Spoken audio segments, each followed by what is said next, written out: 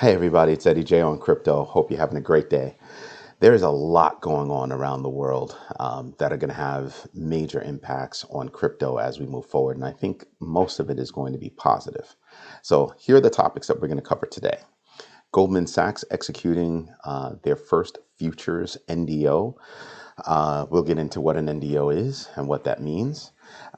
We have Unchained Capital, NYDIG, Swan, and BlockFi all having a data leak today. So they've all released statements and all that good stuff. So, but we're going to unpack what that really means to everybody. The Malaysian Ministry of Communication and Multimedia has recommended to the government that they should legalize cryptocurrencies as legal tender to promote it to youth. And you can see the chess move there. Smart. But we'll see. There's more to unpack there, and we'll get to it. Australia sees decentralized autonomous organizations as an existential threat to government taxation. I'm sorry. It's just funny. Because I'm thinking about what that means in the United States, not necessarily Australia. So that's why I was laughing. But we'll get into that because I think it's very interesting. They also have some stringent regulation that's supposed to come out soon, most likely today. But wow. So we'll unpack that as well. And Cardano, want to know why it's been popping? It's been popping because they just completed a major network upgrade. So we'll dig into all those things in a second.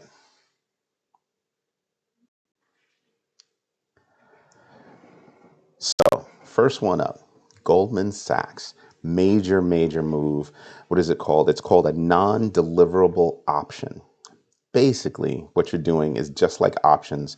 You're purchasing a contract that's betting on the future price of a given commodity, in this case, Bitcoin.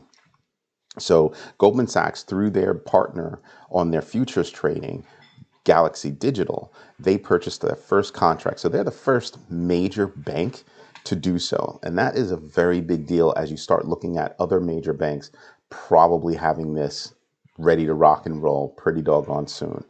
So pay attention because these over-the-counter trades or more direct trades are going to be things that also affect, exchanges, because a centralized exchange might not be involved in that transaction, and most likely they are not involved in that transaction. Over the counter, meaning me to you, you to that person, direct exchanges. That's going to be a big deal as you start to move forward. And this is one of the reasons why a lot of centralized exchanges have started creating their own non-centralized or decentralized, or their non-custodial wallets is what I meant to say. So that non-custodial wallet, like Coinbase wallet, there's the Binance DeFi wallet. These things are meant to provide a really good service as well as help people possibly move away from centralized exchanges. Remember, those things are big deals, and you've got to do a little bit of research to understand how they work. Have questions? Hit the link below, sign up for us, or sign up for Eddie J on crypto. Subscribe to us is what I really mean to say. Hit the notification bell so that you actually get notified whenever I drop a new video. And if you have good questions, let me know and I'll try to go find an answer for you. Anyway, next up, we have Unchained Capital, NYDIG, Swan, and BlockFi all having data leaks. They've all addressed those data leaks. They've all attacked them. They've all released statements, mea culpa, but it makes you stop and think. It reiterates what I've been saying to you for a while, which is you have to understand who you're doing business with. You have to understand what kind of security they have in place, and is it done well? And you have to understand, are there any guarantees to you or warranties? Is there anything in place to protect you and your investment, right? Things happen. They really do. They happen in regular banking. So I wouldn't be freaking out right now the way some people have been. I would just say that, things happen all the time. You have breaches, you have data breaches all over the place. What's decent about this one is that they were on top of it and they were able to limit the leak to just marketing information. So it's not just marketing information, that like marketing information isn't a lot because it is personal info, but they made sure that it was not any financial information. And that is a big deal. So for all those people with accounts there, with any one of those organizations, go make sure your passwords are safe. You might want to check your information, all that good stuff. Just go through the normal course to make sure that your information is protected.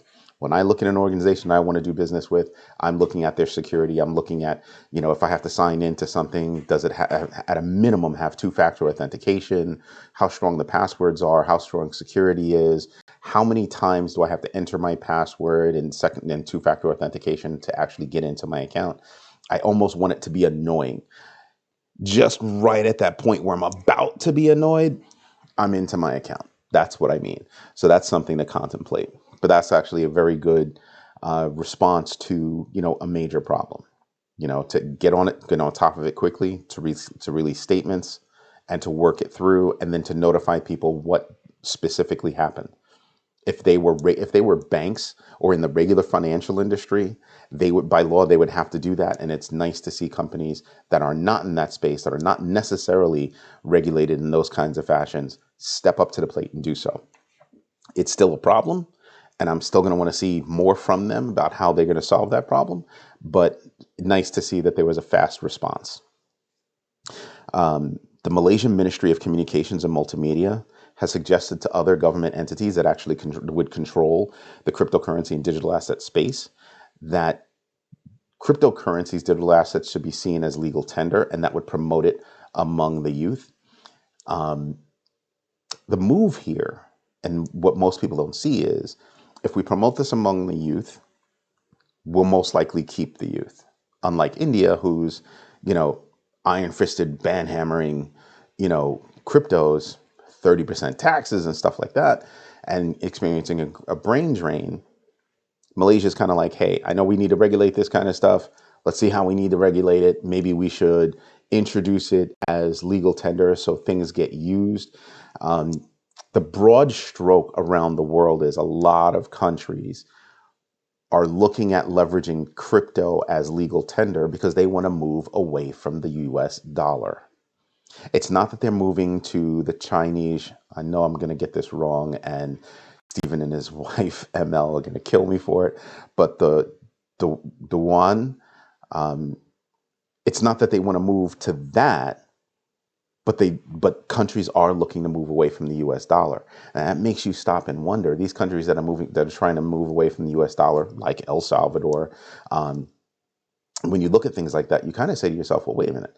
If they're moving away from the US dollar, what would they move to? It would be a crypto, because you can move money fast. And that would mean that they're not trying to replace it with another fiat. Now let that wash over you for a minute. We're not trying to replace this with another fiat. That is what becomes interesting. And that is what has the International Monetary Fund and other countries and other governments scratching their heads as to, how does this affect the global economy? And that's really what's going on with all of this. So it is very important that we pay attention to that. Another bad move or bad news is Australia is looking at DAOs. I'm so happy somebody's brought this up. They're looking at DAOs, or decentralized autonomous organizations, as being an existential threat to taxes. And what they mean is that, well, since it's not a company, we're unable to collect corporate taxes. It's just a partnership, which means you just have a bunch of people that are most likely paying taxes the way they're supposed to be, but they're not also able to tax the companies because there is no company. Now, the reason why I was laughing before is because if you're in the United States, people are going to scratch their heads and go, this is not a thing. The reason why it's not a thing is because a lot of corporations pay so little in taxes that they pay less by percentage, less in taxes than most individuals. And so it's going to hurt you. It wouldn't, at least here in the United States, it wouldn't. But it does make you, but that would also mean that there's no corporate giant that's doing something, right? That's controlling things. It's a whole bunch of people working toward a common goal, a team, if you will. And to me, that's what makes DAOs so damn interesting. How do they work? How do they come together? I mean, for instance, take a look at ApeCoin DAO. It's a collective of people. It's a team of people working toward the same goal. And they were able to attract some very high hitters, like one of the founders of Reddit, Alexis Ohanian. And you sit there and you kind of go, wow, that's a lot. Yes, it's a lot, but there's no company to tax. So whatever's going on with ApeCoin, it's the people that are controlling that. How's that for a revolution? Whoa. Makes your mind just go. So something else in Australia is they want to introduce far more stringent regulation toward cryptocurrencies. I don't think they want to, don't get me wrong, I don't think they want to stamp it out. I think they want to, put in some kind of regulatory framework around cryptocurrencies and then see how that works going forward, right? Make adjustments as you go. Nobody's going to get it perfect. Nobody's going to get it right the first time out. Let me rephrase. Most are not going to get it right the first time out. Haven't seen it yet. So that to me is, okay, maybe they're a little stringent. They leaned on the stringent side to begin, and then they see how it's actually working and they ease up a little bit and hone it to how their country is. I don't think they want to stamp out cryptocurrencies. I think they just want to wrap their heads around it and try to regulate it so that investors' funds are at least as protected as they can be. Right? If you look at stocks, options, futures, bonds, all that stuff, there's a certain level of protection. I mean, you're not 100% protected, but there's a little bit of protection there. And I guess they want to see the same thing, which makes sense, right? See the same thing in the crypto space. So I find that to be interesting, and I find that to be a good move. Now, you people are probably going to smack me upside the head because I'm almost always harping on certain coins, Cardano being one of them. Sorry. If you are a Cardano holder and you're wondering why Cardano took a pop, it's because they just experienced a major upgrade. Now, if this upgrade is as good as everything else that they've been doing, then it's probably going to be pristine and work exactly as expected, because this team goes through everything. They go through stringent testing to make sure everything works. They're a layer one. Everything has to work. So far, it is working. Speed, efficiency, security. Those are the top three things that, any network upgrade is going to have. Now, with that, I'm expecting that you're going to see a lot of growth in their TVL, or total value locked. And the reason why is because faster transactions, more contracts, more dApps, just more things that can happen on the platform because of this network upgrade. So I think, we were seeing a little bit of a pop. But I think in the very near future, you're going to see more and more projects come on, and you're going to see a better incline on that growth. Keep an eye out, because I think they're really close to hitting $1. Speaking about money, let's go look at the numbers, because I think that's going to be very telling. So if you look at the losers, kind of light on the loser side. The worst loser is Origin Protocol at 14%. Meanwhile, your highest winner is at 44%. Don't know Origin Trail, and I don't know Origin Protocol. But you're seeing more growth on that side, or you're seeing more positivity happening. You see Algorand at 9.36%. It's another coin that I told you, pay attention to it. They're going to be doing a lot. You have ApeCoin on the rise at $10.77, almost at 8% rise. That's a pretty big deal. There have been hundreds of millions of dollars dumping in to ApeCoin. And, whether you approve of it or not, it's good for, Bad Ape Yacht Club, the ApeCoin DAO. It says that there could be something there. They're just going to have to help build that out. If you look at some of these other ones, Helium is up 6.21%. And again, to reiterate, I have that 5% rule. If it's moving, either direction, 5%, I'm really not paying attention. It's as soon as it goes over that 5% that I'm like, hey, that's good or that's bad. And that's what I pay attention to. And right now you're looking at Helium making moves. Now, the other day, Helium was on the bad side. So that means it was down, and now it's come back up. So when it went down, that was an opportunity to look at a coin and go, oh, I like that coin. Maybe I should get in. And then you'd see a pop on the other side. Again, we're basically moving sideways right? We're moving within a range, or cryptocurrencies are basically moving within a range and popping around right there. And this is a time where you can literally make money in a day. You could make 5-10% in a day or more in a day.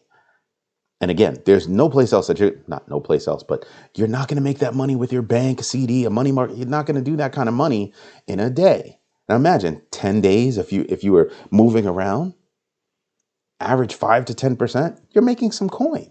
And I'm not talking about taking thousands of dollars. I mean, unless you can, but I'm talking about you could take a couple of bucks and make some coin off of that. You really can.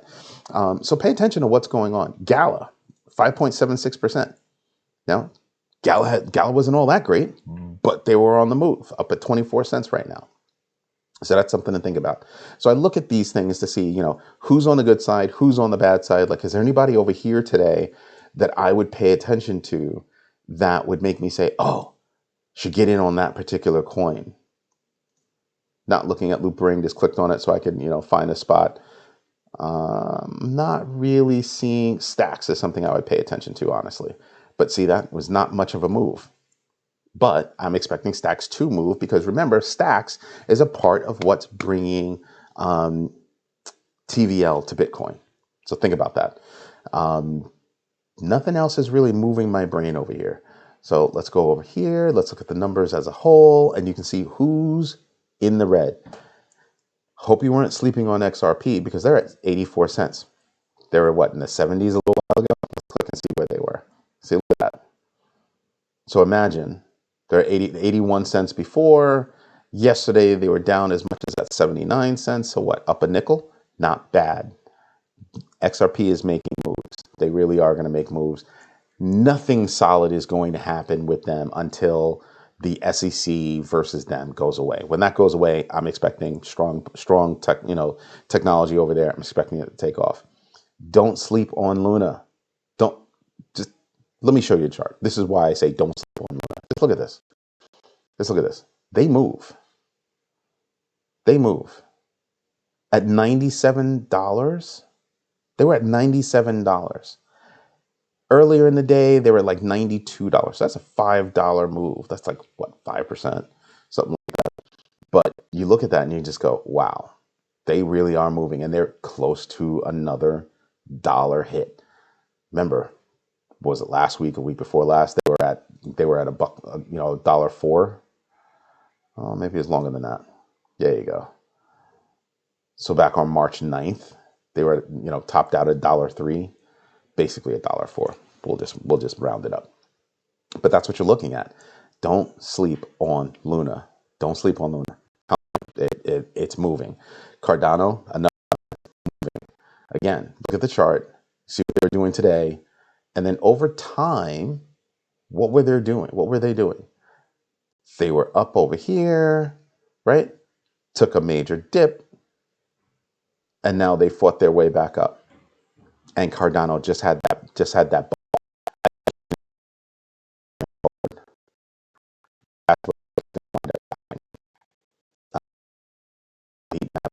you got Bitcoin at 41.5, ETH at 29. Remember, they did hit 3,000 for a little bit. Just a few days ago, they were like 25, 26. So that was money to be made. There's money to be made out there. Algorand, see that dark green? There's money to be made. And remember, I keep saying this almost every day. Nobody's near their all-time highs. Nobody's near their all-time highs, except maybe Luna. But even then, everybody's moving within a certain range, waiting, and all that pent-up energy has got to go somewhere. And I'm not just talking about Bitcoin. I'm talking about a lot of strong layer ones that are making moves. Somebody else not to sleep on, Avalanche. Excuse me. They've got a lot going on, and they've been popping. Let's go take a look at their number. Avalanche, right there. They've been on and popping.